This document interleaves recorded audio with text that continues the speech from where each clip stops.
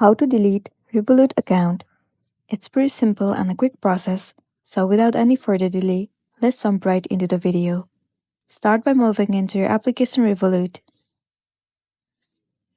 Once you're in this page, tap on Login and enter your login credential.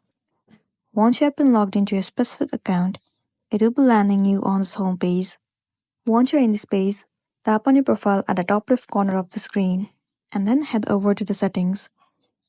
Inside settings, head over to your account information, and then at the bottom, you'll see the option to close your account. You will need to click on it. So right here you can see it says account can't be closed yet. In order to close it, you need to first complete the following task. You need to close all of your vaults and then withdraw the investment that you have made in this app.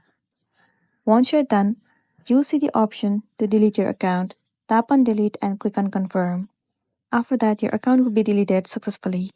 So that's a wrap for this video. If it was helpful, give it a like and check out our next tutorial. Thank you.